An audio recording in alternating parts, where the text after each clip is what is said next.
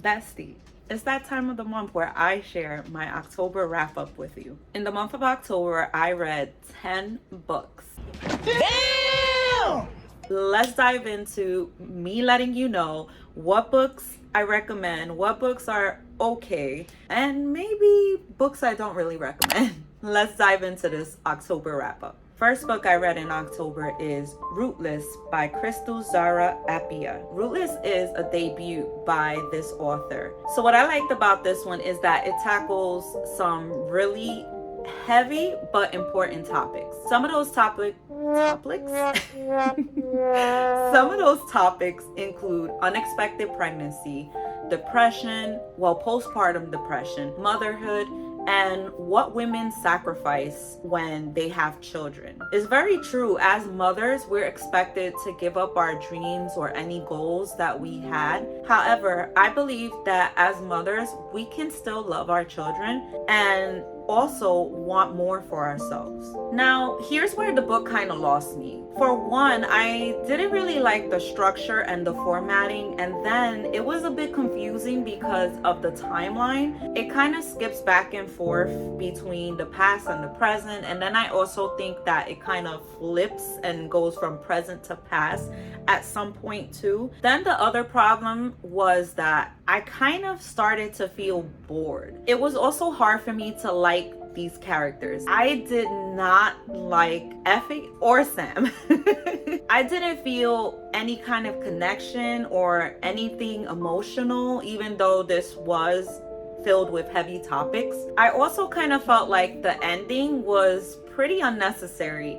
It's like I get what Appiah was trying to do, but I don't know, I kind of just felt like it missed the mark, and like if it was something rushed in a sense, even though I understand that this was a debut, I felt like I just wanted this book to hurry up and end. Because of that, I gave this 2.5 stars. I would recommend it, but I just think that I probably actually wouldn't recommend it. I also read Petals on the Wind by V.C. Andrews. So this one is the second book to the Flowers in the Attic series. What it's really called is the Dolenganger series. I felt like the PTSD and the mental health in this one was portrayed really well. I really love the way V.C. Andrews shows us how childhood trauma continues to follow you through adulthood. It really showed what the children went through and the aftermath of what happens when you're locked in an attic. The storylines are so crazy that it kept me hooked. It was like one minute it was one thing and then the next minute something else. To me, that kept it pretty interesting. This is a V.C. Andrews book after all, so normalcy? What is that? V.C. Andrews did not understand that. My main qualms with Kathy is that I was so annoyed with like the choices she made, and then it seemed like everybody falls in love with Kathy. Oh my god, because she got blonde hair, blue eyes, and she's so fine and fair, and she just makes everybody fall head over heels over her. And I was just like, that was to me pretty unbelievable. Kathy was so plagued by the hatred she felt for her mother that she was kind of looking for love in all the wrong places. She technically would go with whatever man showed her some form of attention or some kind of love, even if it was toxic. And with that, she accepted so much BS from the men she chose to be with. And to be honest, I really didn't feel any sympathy for her. Then the other thing with Kathy is that she was mainly fueled by revenge and trying to prove that she was better and nothing like her mother. But yet, to me, it really didn't seem that way. As always, I'm pretty much addicted to anything V.C. Andrews writes, and maybe somewhat the ghostwriter. Overall, I gave this one 4 stars, and I do plan on continuing the series. Hopefully, I finish it this year. Another book I read is Witchling by Claribel A. Ortega. With this one, I felt that Ortega nailed it. I enjoyed the writing style, the wordplay that she used in it, The world building was so magical and a lot of fun. Ortega did a great job with this world she created and the characters. I really also enjoyed the way friendship was written in this. To me, I felt that the best part was how Seven, Valley, and Thorn kind of was like this unlikely trio, but then became the closest of friends. They didn't always get along or agree on things, but some things that were pretty certain is their friendship, the way they supported each other, and how much they cared for each other. It was so endearing and heartwarming to me. I really like that the author included some realistic elements into this. She showed that the children still needed help from the adults. With most middle grades, sometimes it just seems like the children just don't have any adults to rely on, or they do everything themselves, which to me sometimes doesn't make sense. I also found the plot pretty interesting and it kept me engaged and enjoying the book. The magic system was well developed, but sometimes I kind of found it a bit confusing. However, all in all, it was still pretty fun. With this one, I kind of read it after reading some dark books, and I highly recommend it to anyone who needs some sort of palette cleanser or that enjoys a magical world with a lot of fun wordplay. So with that, I gave this one 4 stars, and I do plan to read the rest of the series. Another book I read, Wrath Becomes Her by Aiden Polydoros. So I really like the premise of this one, which was a golem that was created to seek revenge for the murder of a girl. This took place around World War II in the Nazi era. I felt that that was pretty innovative and nice to read. However, I did feel like I needed more from this. I disliked how I was kind of told how a character was feeling, especially Vera, who is the protagonist, rather than being shown what they're feeling, if that makes sense. To me, I feel like that made the characters one-dimensional and rather flat. Yeah, like a flat tire flat. The other thing that happened was I couldn't really engage with the writing and the tone, because it was like 1 minute it was something serious and then it would go into something witty, which to me didn't quite make sense. I also didn't like that Vera was lacking like personality and emotions, but the author also states that she was created to have emotions, which was the emotions of the man's daughter. So to me, it was just kind of contradicting. I was also hoping to see more of the wrath part, because you would think that with a title like this that it would give a lot of wrath or like revenge. And wrong. I guess I was wrong, like the Ginnie said. Overall, this was a nice Frankenstein-esque story. I still recommend it to anyone that's looking for a refreshing take on the World War II era. With that, I gave this one 3 stars. Here's another one I read, Heroin by Mindy McGinnis. Okay, bestie, let me tell you something about this book. It was emotionally challenging. The minute I read this line, when I wake up, all my friends are dead. That first line definitely told me that I was in for an emotional ride with this one. That grabbed my attention and it kept me wanting to turn these pages. As you saw with the trigger warnings that I listed, please make sure you are in a good headspace for this one, especially if you're a recovering addict. The details in here were pretty graphic. The author talks about drug use, the way needles are used, and the process of drug use. The author also did an amazing job with Mickey. At times, it was kind of uncomfortable to read her mental state and the process and her justifications for why she's using. I also enjoyed seeing the process that Mickey went through. She went from denial to lying to stealing to trying new things, then to full-on acceptance. The way that Mickey was able to compartmentalize her behaviors between her regular friends to her family and her drug friends is so horrifyingly real. With all of that said, I gave this one 4.5 stars. This was my first Mindy McGinnis book, and to tell you the truth, it definitely is not going to be my last. I highly recommend this one to anyone that's looking for an authentically real contemporary. However, please, again, make sure you are in the right mental state and remember about those trigger warnings. Check them, please. Next up is $1 Million Devil by Katie Evans. With this one, I really loved that it was a Pretty Woman like retelling. Pretty woman. But let's make it a man. Matter of fact, yes, this guy right here on the cover. However, I felt like this story was pretty one-dimensional, and to me it kind of dragged. There's also, you guessed it, the characters are annoying to me.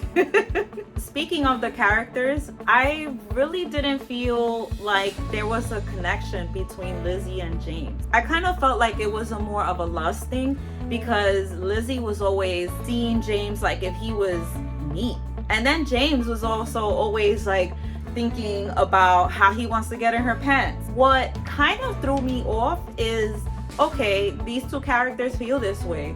So how is it that it went from lust to in love? It just didn't make sense to me. But what I will say about James is that I really did enjoy how he was with his brother. So there was a lot to this one that kind of fizzled for me. However, it's the Pretty Woman type storyline that kept me going and wanting me to see how it ends.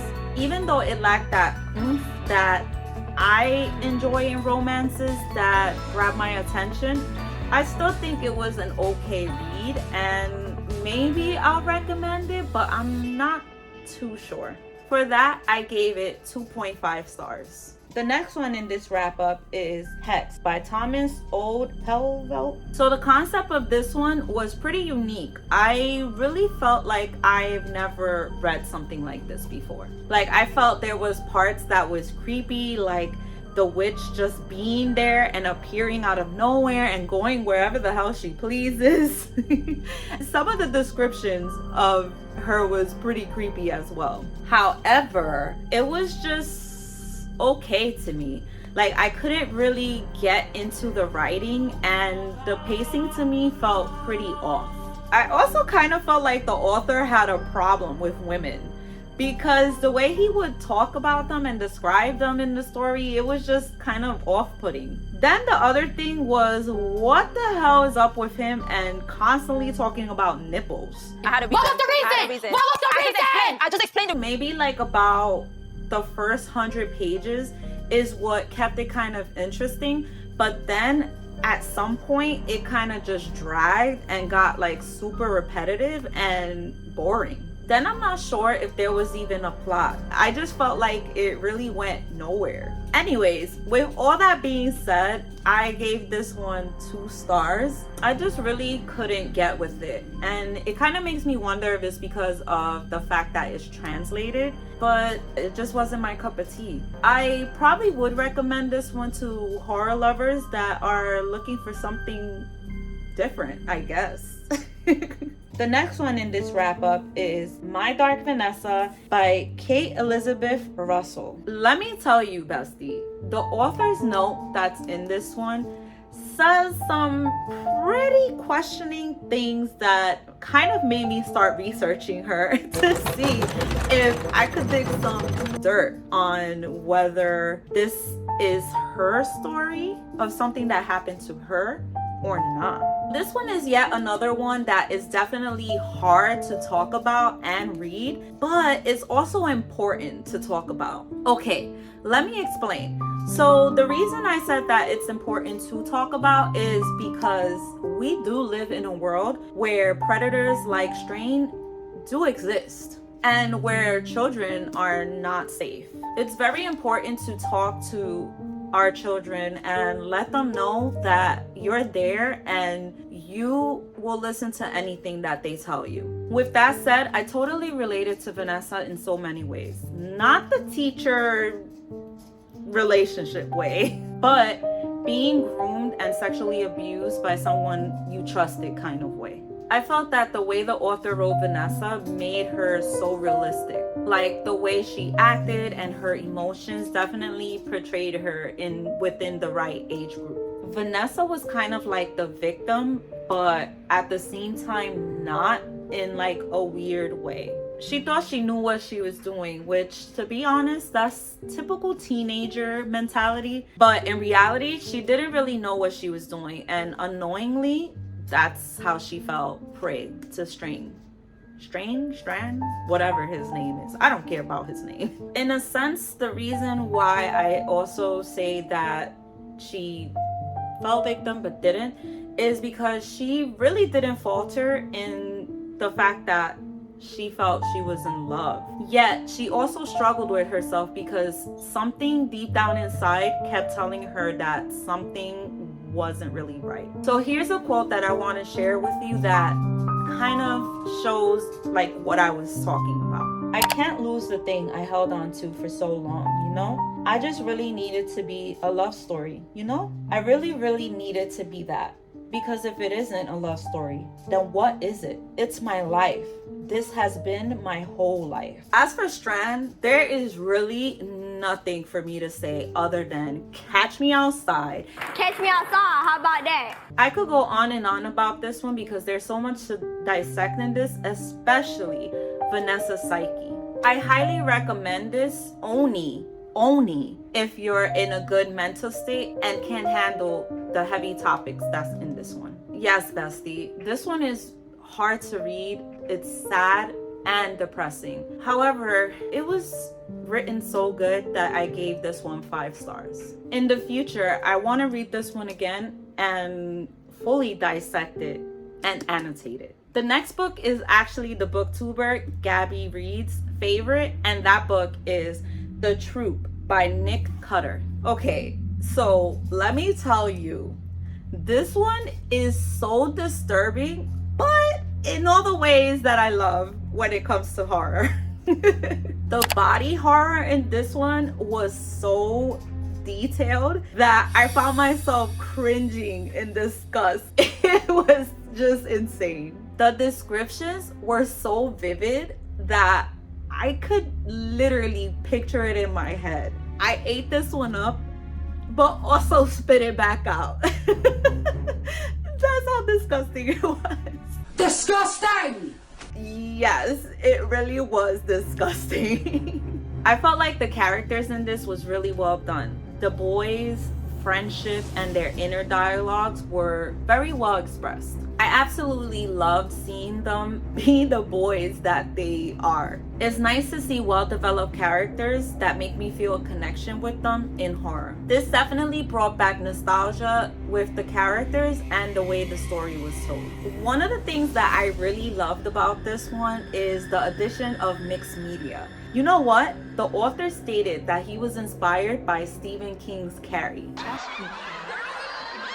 Yeah, that movie. He loved the inclusion of newspaper clippings and other types of media in Carrie, and he knew that he had to include that in the truth.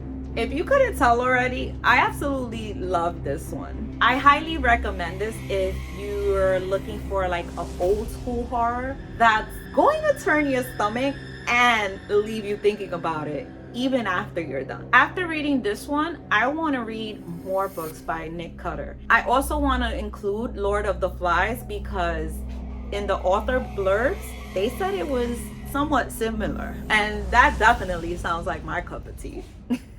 I was also able to read another book inspired by Carrie, and that book is The Weight of Blood by Tiffany D. Jackson. Listen up, bestie. Tiffany D. Jackson did it again. She crafted another story that I love. However, this one became a favorite of mine. I love how she was able to take a classic, which most people know and love, and give it a modern twist with very relevant and important themes. I love how she took such important topics of the Black experience and racism and make it horror, which I enjoyed so much. This story was so spot on with describing the way white people view Black people, from the way they talk to the way they dress, and especially their hair. The way Jackson words things and the conversations that were had in here were very important to read and definitely put a lens on the way people think. Here's a quote that I want to read to you. I didn't say you were a racist. I said the traditions that you're trying to uphold are rooted in racism. See what I mean? Listen, bestie, this was definitely a retelling done right. And with that said, I gave this 5 stars. I highly recommend you adding this to your cart and TBR. And if you could get your hands on the audiobook, I definitely recommend that as well. It was so engaging and definitely enhances the reading experience. Links are down below. Go grab yourself a copy. You know what, bestie? All this talk of Carrie makes me want to watch it now. So here I go. See ya!